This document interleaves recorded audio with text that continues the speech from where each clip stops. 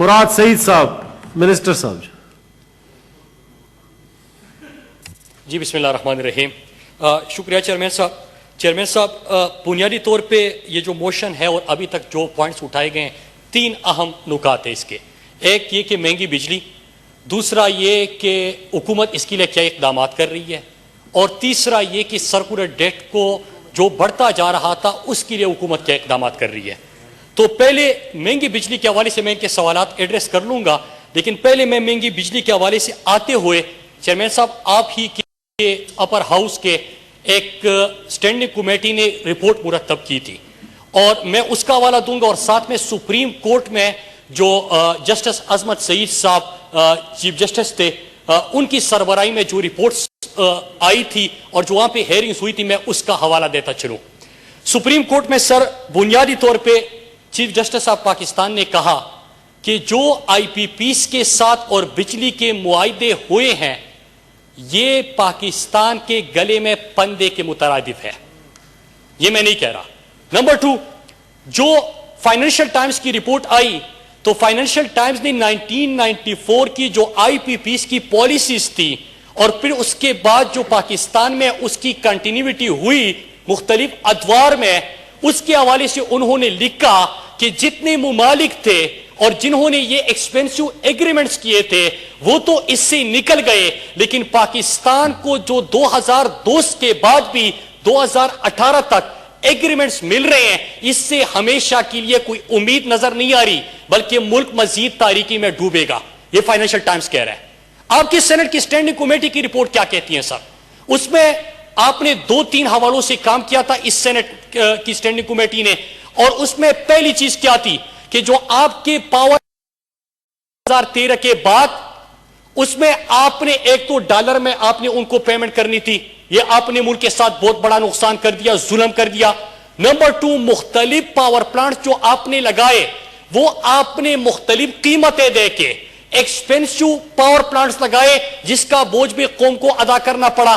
Number 3 کہ آپ نے ہائیڈل کی جو کیپیسٹی تھی پاکستان کے پاس اس کی اوپر آپ نہیں گئے. ابھی سولر کے اوپر بات ہوئی, آپ ادھر نہیں گئے, آپ فرنس آئل کے اوپر گئے, آپ مہنگی ترین بجلی کے پیداوار کے اوپر گئے, بلکہ آپ کی رپورٹ تو یہ کہتی ہے باقی چھوڑے بجلی استعمال کرے نہ کرے پاکستانی قوم آپ نے اس کے پیسے ادا کرنے ہیں.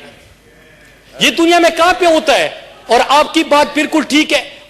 اور senator Rubina please don't interrupt. Sir میں بالکل رپورٹ جی آپ پڑھیں, جی آپ کریں. سر اس میں جو ایکسپینسو الیکٹریسٹی کی بات ہو رہی ہے, مہنگی بجلی کی بات ہو رہی ہے, یہ تمام رپورٹس ملا کے جو چیز ہمارے سامنے واضح ہوئی وہ ایک کہ پاکستان کی جو کیپیسٹی تھی ہائیڈرو پاور پروجیکٹس کی اس کی طرف ہم نہیں گئے. لانگ ٹرم کے لیے ڈیمو کی طرف جانا تھا, ادھر آپ نہیں گئے. نمبر 3 جو آپ نے انٹیریئر سندھ کی بات کی, ساؤتھ پنجاب, ساؤتھ کے پی جو آپ کے پاس بلوچستان جو آپ کے پاس سولر کی کیپیسٹی تھی آپ اس کے اوپر نہیں گئے. آپ نے مہنگی ترین بجلی کی پیداوار کے اوپر گئے, لیکن جو گاؤں میں ایک غریب بندہ بیٹھا ہوا ہے جس کے گھر میں صرف ایک بلب جلتا ہے, ایک پنکھا جلتا ہے, تو وہ اگر بجلی استعمال کرے نہ کرے لیکن وہ بھی ان مہنگے پاور پلانٹسوں کو بجلی کے بل ادا کرتا جائے گا. بلکہ رپورٹ اس سے آگے جا کے کہتی ہے سر کہ ہر سال آپ کے سرکولر ڈیٹ میں مزید اضافہ ہونا ہے, ہر سال آپ کو پر یونٹ بجلی مزید مہنگی کرنی پڑے گی. یہ میں نہیں کہہ رہا سر, اور یہ 2018 سے پہلے کی رپورٹ میں آپ کے سامنے رکھ رہا ہوں. اب جب یہ حکومت آئی تو انہوں نے اس کے لیے کیا اقدامات کیے, اس کا جواب چاہیے. نمبر 1 چیز کہ چیئرمین صاحب سب سے پہلے یہ بات چاہیے تھی کہ جو سینٹ کی سٹینڈنگ کمیٹی کی رپورٹ تھی جو 460 ارب بغیر آڈٹ کے انہوں نے 2013 میں آئی پی پیز کو ادا کیا, اس کی انکوائری تھی, آپ کی رپورٹ تھی. پھر اس کے بعد سپریم کورٹ کے ہیئرنگ آئی, اس کے حوالے سے جو چیزیں سامنے آئی ریکمنڈیشن, اس کے حوالے سے کسی نے کچھ نہیں کیا. عمران خان آئے اور انہوں نے آئی پی پیز کے پہلی مرتبہ ایک انکوائری رپورٹ مرتب کی. اب سوال ہوتا ہے کہ آپ نے اس کے اوپر بات کیا کیا؟ سر پہلی چیز یہ آسان, جس طرح کہا گیا کہ ایگریمنٹ ختم کیوں نہیں کرتے, سر آپ نے کبھی یہ سنا ہے کہ 20-30 سال تک آپ لوگوں کے ساتھ معاہدے کرے کہ بھائی میں بجلی پیدا کروں نہ کروں، میں بجلی استعمال کروں نہ کروں، میں نے آپ کو بل دیتے رہنے. یہ دنیا میں کہاں پہ ہوتا ہے؟